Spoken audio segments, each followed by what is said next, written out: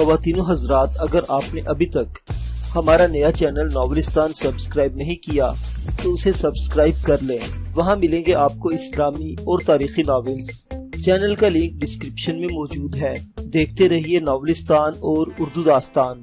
Elizabeth اس وقت بھی سحرزدہ سے انداز میں ایک ٹک اس کی طرف دیکھ رہی تھی، مگر سلطانہ نے صرف ایک لمحے کے لیے سرسری سی نظر سے اس کی طرف دیکھنے پر اکتفا کیا تھا۔ معزز سامعین حضرات، آپ کی خدمت میں پیش کیا جا رہا ہے اردو ناول سلطانہ ڈاکو، قسط نمبر 34۔ پھر اس نے چاروں طرف دیکھ کر خطاب کرنے کے تھے انداز میں کہا، گورے صاحبو، بات دراصل یہ ہے کہ آپ لوگوں نے اپنے ایسے بہت سے کلب بنا رکھے ہیں جہاں ہم جیسے گھٹیا ہندوستانیوں کو تو کیا اچھے بھلے عزت دار اور بڑے بڑے ہندوستانیوں کو بھی آنے کی اجازت نہیں، لیکن ہم بھی انسان ہیں، ہمارے سینے میں بھی دل ہے، ہمارا بھی ایسی جگہوں پر آنے اور کھانے پینے مزے کرنے کو دل چاہتا ہے۔ ہمیں پتا تھا آپ لوگ کبھی ہماری دعوت نہیں کریں گے، اس لیے ہم نے خود ہی اپنی دعوت کر لی۔ اگر آپ لوگوں کو ہمیں تنگ کرنے کا ارادہ نہ ہو تو ہم بھی آپ کے رنگ میں بھنگ نہیں ڈالیں گے۔ آپ جو کچھ بھی کر رہے تھے کرتے رہیں، جو ناچ رہا تھا وہ ناچتا رہے، جو کھانا کھا رہا تھا وہ کھاتا رہے، جو پی رہا تھا وہ پیتا رہے، اور جو ہمارا دل چاہے ہمیں بھی کرنے دے۔ اگر کسی نے ہمیں دھوکہ دے کر ہمارے ساتھ کوئی چال چل کر ہمیں کوئی نقصان پہنچانے کی کوشش کی تو پھر گورے صاحبوں کا یہ کلب گورے صاحبوں کا قبرستان بن جائے گا۔ بات سمجھ میں آ گئی نا؟ اس نے سوالیہ انداز میں چاروں طرف دیکھا، کسی نے کوئی جواب نہ دیا، سب اسی طرح ساکت رہے جیسے جادو کے زور سے انہیں پتھر کا بنا دیا گیا ہو۔ اس کے باوجود یہ واضح ہو گیا تھا کہ وہ لوگ سلطانہ کا مطلب سمجھ گئے تھے اور اس کی ہدایات پر عمل کرنے کے لیے تیار تھے۔ یہ محسوس کرتے ہی سلطانہ نے بیاروں کو اشارہ کرتے ہوئے گرج کر کہا، ابے کھڑے کھڑے کیا الوؤں کی طرح آنکھیں پھاڑ پھاڑ کر دیکھ رہے ہو؟ کچھ ہماری خاطر مدارت کرو، ہم بھی مہمان ہیں تمہارے۔ ہم جیسے مہمان کبھی کبھاری آتے ہیں، ہر وقت گوروں کی خدمت میں ہی جتے رہتے ہو، کبھی ہم جیسے گھٹیا ہندوستانیوں کو بھی خاطر مدارت کر لیا کرو۔ کلب کا سٹاف ہندوستانی ہی تھا، اس میں زیادہ تر کرسچن تھے، صرف انگریز مینیجر تھا۔ وہ سب لوگ پھرتی سے حرکت میں آگئے، بیارے تشریح میں جام سجا کر پورے کلب میں گردش کرنے لگے۔ سلطانہ کے ساتھی کہے لگاتے ہوئے ایک ایک سانس میں جام خالی کرنے لگے۔ وہ ایک ہاتھ میں بدستور رائفل سنبھالے ہوئے تھا اور ایک ہاتھ سے جام اٹھا رہے تھے۔ خود سلطانہ نے بھی سکاچ کا ایک جام خالی کیا، لیکن اس نے بے صبری کا مظاہرہ نہیں کیا۔ اس نے باواز بلند اپنے ساتھیوں کو ہدایت کی، اب ایک گدھو، ولایتی دیکھ کر بھوکوں کی طرح ٹوٹ نہ پڑنا، اوقات میں رہ کر پینا، پی پی کر گورے صاحبوں کے ہاتھوں مارے نہ جانا۔ اس کے کئی ساتھیوں نے قہقہا لگایا۔ لابی میں کھڑا ہوا بھورا وہیں سے باواز بلند بولا، سردار ٹھیک ہے ہم گدھے ہیں، مگر اتنے بھی گدھے نہیں ہیں۔ کلب میں موجود انگریز دوبارہ اپنی نشستوں پر بیٹھ چکے تھے، جن کا رقص کا سلسلہ ٹوٹ گیا تھا۔ موسیقی شروع ہونے پر انہوں نے بھی وہ سلسلہ جوڑ لیا تھا۔ فضا میں ایک قسم کا تناؤ اور کشیدگی کا احساس ضرور تھا، لیکن بظاہر جیسے سب کچھ معمول پر آ گیا تھا۔ تاہم سلطانہ اور اس کے ساتھی اس ماحول سے قطعی اجنبی اور عجیب لگ رہے تھے۔ ینگ اور الزبتھ ابھی تک کندھے سے کندھا جوڑے کھڑے ہوئے تھے۔ سلطانہ کی گویا اچانک ان کی طرف توجہ ہو گئی۔ وہ جلدی سے بولا، ارے صاحب آپ بیٹھ جائیے نا، اب آپ نے ہمیں مہمان بنا لیا ہے تو ہمارا آپ کا کوئی جھگڑا نہیں۔ ینگ اور الزبتھ ایسکی سے اپنی نشستوں پر بیٹھ گئے۔ الزبتھ اب بھی سحرزدہ سی نظروں سے سلطانہ کو دیکھے جا رہی تھی، لیکن سلطانہ کو گویا اس بات کا احساس نہیں تھا۔ وہ اس وقت بھی سکاچ کا دوسرا جام تھامے ہوئے تھا اور بدستور کھڑا تھا۔ اس کے بائیں ہاتھ میں اب بھی رائفل تھی۔ ینگ دھیرے سے بولا، تم بھی بیٹھ جاؤ۔ نہیں صاحب، سلطانہ مسکرایا اور اس کے سفید ہموار دانت چمک اٹھے۔ اب ہم اتنے بھی اوقات بھولنے والے نہیں ہیں، اور نہ ہی ہم کسی کی مہربانی سے ناجائز فائدہ اٹھاتے ہیں۔ ہم میں سے کوئی بھی یہاں نہیں بیٹھے گا، بس ہم جی بھر کر کھائیں پیئیں گے اور پھر آپ سب مردوں عورتوں کو تھوڑی سی تکلیف دیں گے، اور وہ یہ کہ اپنی تمام اچھی اور قیمتی چیزیں نقدی وغیرہ ہمارے حوالے کر دیں۔ اگر یہ کام آسانی اور اچھے طریقے سے ہو گیا تو بہت ہی اچھی بات ہے، ہم سب ہاتھ جوڑ کر آپ کو پرنام کریں گے اور چلے جائیں گے۔ ینگ دھیمی آواز میں بولا، اگر تم ایک بات کا خیال ضرور رکھو تو تمہاری مہربانی ہوگی۔ کس بات کا؟ سلطانہ گھونٹ بھرتے ہوئے رک گیا۔ یہاں موجود کسی عورت کے ساتھ کوئی بدتمیزی نہیں ہونی چاہیے۔ ینگ اس کی طرف دیکھتے ہوئے پلکیں جھپکائے بغیر بولا۔ سلطانہ نے ایک بار پھر اپنے مخصوص گنجیلے سے انداز میں ایک قہقہا لگایا اور بولا، ینگ صاحب ہماری ذات نیچ ہے کیونکہ اس میں ہماری مرضی نہیں چل سکتی۔ بھگوان نے جس ذات میں چاہا ہمیں پیدا کر دیا، لیکن ہمارا دل، ہمارا دماغ نیچ نہیں ہے۔ آپ کے پاس تو سلطان اور اس کے ساتھیوں کی اب تک کی ڈکیتیوں کا سارا ریکارڈ پہنچ گیا ہوگا۔ اسے غور سے دیکھنا۔ اگر وہ رپورٹیں ایمانداری اور سچائی سے لکھی گئی ہوں گی تو ان میں کہیں آپ کو یہ پڑھنے کو نہیں ملا ہوگا کہ سلطانہ یا اس کے کسی ساتھی نے لوگوں کو لوٹتے وقت کسی عورت کو بری نظر سے بھی دیکھا ہو۔ ہمیں شاید کبھی کبھار ایسی عورت کو چھونا پڑ گیا ہو جس نے اپنے زیور خود اتار کر ہمیں نہ دیے ہوں، لیکن اس وقت بھی ہماری نظر صرف اس کے زیوروں پر ہی رہی ہوگی، اس کے وجود پر نہیں۔ سلطانہ کی اونچی پاٹدار اور گنجیلی آواز موسیقی کی لہروں کی مدھم آواز میں درمیان زیادہ تر لوگوں تک پہنچ گئی۔ وہاں موجود انگریزوں میں سے زیادہ تر اگر اردو نہیں بول سکتے تھے تب بھی کافی حد تک ضرور سمجھ لیتے تھے۔ سلطانہ کی بات سن کر وہ قدرے بے چینی سے سلطانہ اور اس کے ساتھیوں کی طرف دیکھ رہے تھے، کیونکہ اس وقت اپنے حرکات و سکنات سے کافی حد تک جنگلی اور وحشی لگ رہے تھے۔ ان کا سراپا، ان کے انداز اور تاثرات دیکھ کر یہ امید رکھنا بہت مشکل نظر آ رہا تھا کہ ان لوگوں کی کچھ اخلاقیات بھی ہوں گی۔ پورے کلب میں اس وقت سب سے مطمئن اور بے پرواہ آدمی فریڈی ینگ دکھائی دے رہا تھا۔ اسے گویا اس وقت کسی بھی بات کی کوئی فکر نہیں تھی۔ وہ بڑے اطمینان سے سگار کے کش لے رہا تھا اور نیواں آنکھوں سے سلطانہ کا جائزہ لے رہا تھا۔ ایسا معلوم ہوتا تھا جیسے وہ سلطانہ کا ایک ایک نقش اپنے ذہن میں بٹھا لینا چاہتا ہو۔ اس دوران سلطانہ کے ساتھیوں نے کھانے کی چیزیں منگوانا شروع کر دی تھی۔ سلطانہ نے بیروں کے انچارج کو روک کر ہدایت کی، میرے اور میرے ساتھیوں کے کھانے کے لیے سور کے گوشت کی کوئی چیز نہ لانا، ہم لوگ سور کا گوشت نہیں کھاتے۔ بیروں کے انچارج نے سعادت مندی سے اس بات میں سر ہلا دیا اور کچن کی طرف چلا گیا۔ اس دوران الزبتھ ہچکچاہٹ آمیز انداز میں ٹوٹی پھوٹی اردو میں سلطانہ سے مخاطب ہوئی، مسٹر سلطانہ، میں تم سے تعارف کرا دوں؟ سلطانہ نے بھویں اچکا کر اس کی طرف دیکھا اور مسکراتے ہوئے بولا، تعارف کی ضرورت نہیں ہے میم صاحب، مجھے تو آپ جان ہی چکی ہیں، میں بھی آپ کو جانتا ہوں۔ آپ آئی جی صاحب کی بیٹی الزبتھ ہیں۔ الزبتھ کی آنکھیں حیرت سے پھیل گئی، پھر وہ سنبھل کر مسکراتے ہوئے بولی، مسٹر سلطانہ، تمہاری سی آئی ڈی تو انگریزوں کا سی آئی ڈی مت سے زیادہ تیز ہے، تم کو ہر بات کا خبر رہتا ہے۔ خبر رکھنا پڑتا ہے میم صاحبہ، سلطانہ بھی مسکراتے ہوئے بولا، ہم ہر وقت زندگی اور موت کی جنگ میں نکلے ہوئے ہوتے ہیں اور ذرا بے خبر ہوئے تو مارے گئے۔ الزبتھ ایک لمحے کے توقف کے بعد بولی، آئی جی صاحب کے بیٹی ہونے کا مطلب یہ نہیں کہ میں بھی تم لوگوں کو گرفتاریاں مروانا چاہتی ہوں۔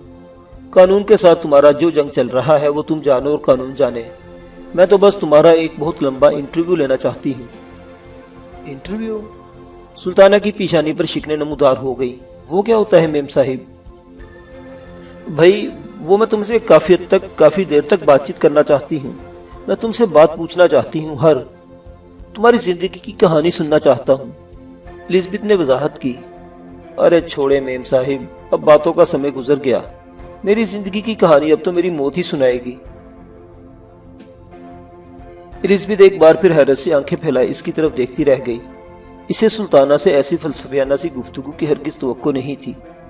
ایک لمحے کے بعد وہ گہری سانس لے کر بولی، بہرحال میں زندگی میں کبھی نہ کبھی تم سے ایک تفصیلی انٹرویو ضرور لوں گی، میں تمہاری زندگی کی کہانی ضرور سنوں گی، مجھے امید ہے کہ میری زندگی میں یہ موقع ضرور آئے گا۔ شاید۔ سلطانہ نے پہلی بار بغور اس کی طرف دیکھتے ہوئے اس بات میں سر ہلایا۔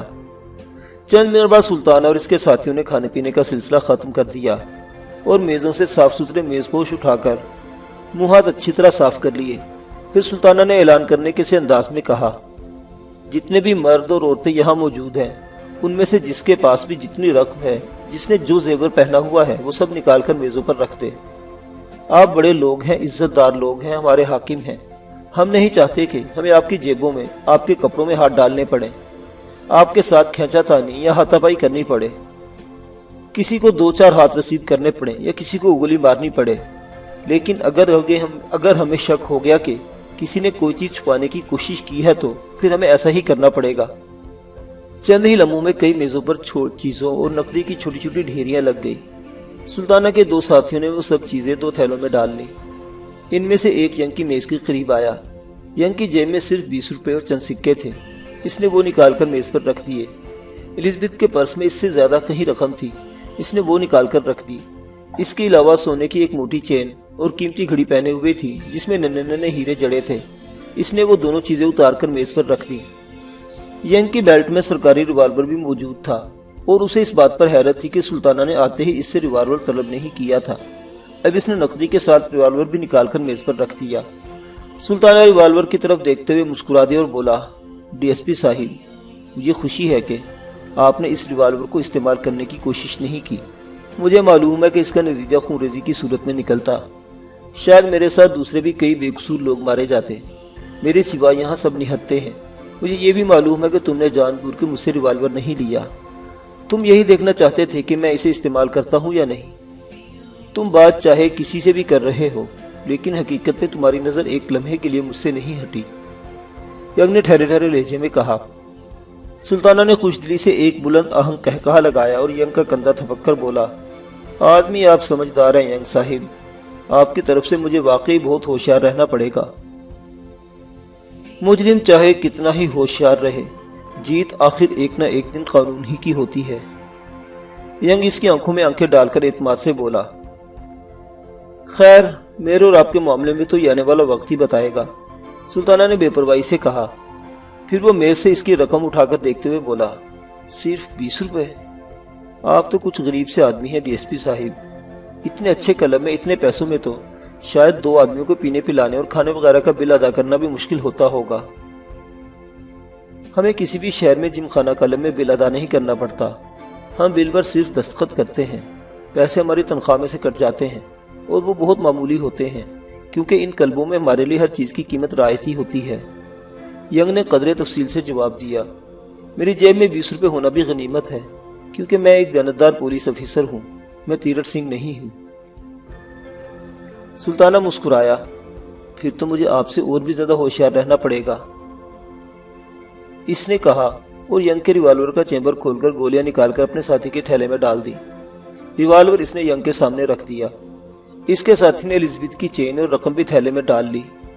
چند لمحے بعد سب ڈاکو رائفلوں کا رخ قلم میں موجود لوگوں کی طرف رکھتے ہوئے الٹے قدموں چلنے کے ہوئے کلب سے نکل گئے۔ دروازہ انہوں نے باہر سے بولٹ چڑھا کر بند کر دیا تھا۔ ان کے جاتے ہی کلب میں ہلچل ہونا شروع ہو گئی، طرح طرح کی آوازیں سنائی دینے لگی۔ کچھ لوگ ینگ کو ہدایات بھی دینے لگے کہ اسے فوراً ڈاکوؤں کا پیچھا کرنا چاہیے۔ اس نے اشارے سے انہیں تسلی دی۔ وہ ان سے یہ نہیں پوچھنا چاہتا تھا کہ ایک خالی ریوالور کے ساتھ وہ اکیلا 25 ڈاکوؤں کا پیچھا کیا کر کے کیا ان سب کی لاشیں گرانے یا انہیں گرفتار کرنے میں کامیاب ہو جائے گا۔ لوگوں کے ساتھ باتیں میں الجھنے کے بجائے اس نے الزبتھ کا ہاتھ پکڑا اور کلب کے عقبی دروازے کی طرف لپکا۔ اسے یہ جان کر حیرت ہوئی کہ ڈاکوؤں نے پچھلے دروازے کو بھی نظر انداز نہیں کیا تھا۔ جاتے وقت ان میں سے کوئی اسے بھی باہر سے بند کر دیا گیا تھا۔ تاہم چند لمحوں بعد اس طرف سے آنے والے کسی مالی کی وجہ سے وہ دروازہ کھل گیا، ورنہ وہ لوگ اسے توڑنے لگے تھے۔ ینگ اپنی گاڑی کی طرف لپکا، الزبتھ کا ہاتھ اب بھی اس کے ہاتھ میں تھا۔ اس زمانے میں چونکہ ایک دوسرے سے رابطے اور آمد و رفت کے ذرائع زیادہ نہیں تھے، اس لیے ینگ کو اندازہ تھا کہ وہ بہت جلدی اپنی خصوصی ٹیم کے 20 ساتھی کو اکٹھا کر کے ڈاکوؤں کے تعاقب میں روانہ نہیں کر سکتا، اور جب تک وہ روانہ ہوں گے تب تک ڈاکو نہ جانے کہاں پہنچ چکے ہوں گے۔ وہ تو آندھی طوفان کی رفتار سے آتے تھے اور بگولے کی طرح غائب ہو جاتے تھے۔ بہرحال کل سے اب تک اس علاقے میں ان کی دوسری اور بڑی دلیرانہ واردات تھی۔ اس کا مطلب تھا کہ وہ پچھلی رات قلعے پر شب خون مارنے کے بعد زیادہ دور نہیں گئے تھے، لیکن اب امکان یہی تھا کہ وہ جلد از جلد اس علاقے سے زیادہ دور نکل جائیں گے۔ تاہم اب ینگ کو کوئی نہ کوئی رسمی کارروائی تو کرنی ہی تھی۔ اس کا ارادہ تھا کہ وہ پولیس ہیڈ کوارٹر پہنچ کر جتنی بھی پولیس نفری جمع کر سکا اسے ڈاکو کی تلاش میں روانہ کر دے گا۔ کیونکہ اسے معلوم تھا کہ اس کوشش کا کوئی فائدہ نہیں ہوگا، لیکن خانہ پوری کے لیے یہ کارروائی ضروری تھی۔ الزبتھ پر اس واردات کا جیسے کوئی اثر ہی نہیں ہوا تھا، اور نہ ہی اسے اپنے سونے کی کئی تولے وزنی چین، قیمتی گھڑی اور نقد رقم جانے کا کوئی افسوس تھا۔ وہ گاڑی میں بیٹھتے ہوئے پرجوش لہجے میں بولی، ینگ، سلطانہ تو واقعی ایک افسانوی سا کردار ہے، اس پر کام کرنا چاہیے۔ ہم کام ہی تو کر رہے ہیں، ینگ گاڑی سٹارٹ کرتے ہوئے بولا۔ سلطانہ اور اس کے ساتھیوں کو زندہ گرفتار کرنے یا ہلاک کرنے کا کام ہمارے ہی سپرد کیا گیا ہے۔ میں اس کی نہیں، تحقیقی کام کی بات کر رہی ہوں، الزبتھ پرجوش لہجے میں بولی۔ میں تمہیں سچ بتا رہی ہوں، وہ بڑا زبردست کردار ہے، اس پر تحقیقی کام ہونا چاہیے، وہ کام تاریخ میں زندہ رہے گا۔ ینگ بہت ٹھنڈے دماغ کا اور بہت ہی تحمل مزاج آدمی تھا، لیکن اس وقت وہ اپنی تحمل مزاجی برقرار نہ رکھ سکا۔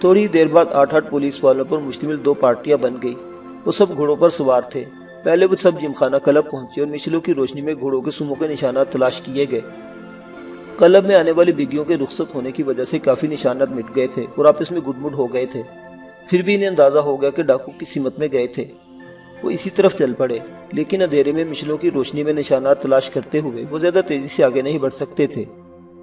پہلے ہی کافی وقت ضائع ہو چکا تھا اور اب مزید ہو رہا تھا۔ قسمت بھی شاید ان کا ساتھ نہیں دیتی تھی۔ انہیں اندازہ ہوا کہ سلطان اور اس کا گروہ شاید مراد آباد کی طرف گیا تھا، لیکن پھر وہ ویرانے میں ایک چھوٹے سے قلعے کے کھنڈاک تک پہنچے تو وہاں کی ریتلی زمین تھی اور شاید کچھ دیر پہلے وہاں تیز ہوا چلی تھی۔ ریت پر گھوڑوں کے سموں کے نشانات غائب ہو چکے تھے۔ اب یہ بات یقینی نہیں رہی تھی کہ ڈاکوؤں کا گروہ مراد آباد میں کہیں کی طرف گیا تھا۔ وہ وہاں سے کسی بھی دوسری سمت جا سکتا تھا۔ کافی دیر تک ادھر ادھر ٹمک ٹوئیاں مارنے کے بعد آخر وہ لوگ دوبارہ 2 ٹولیوں میں تقسیم ہو گئے۔ ایک ٹولی جاوید ملک کی قیادت میں اور دوسری ینگ کی قیادت میں 2 مختلف سمتوں میں روانہ ہو گئی۔ معزز سامعین حضرات، سلطانہ ڈاکو کی زندگی کے واقعات ابھی جاری ہیں۔ بقیہ واقعات اگلی قسط میں۔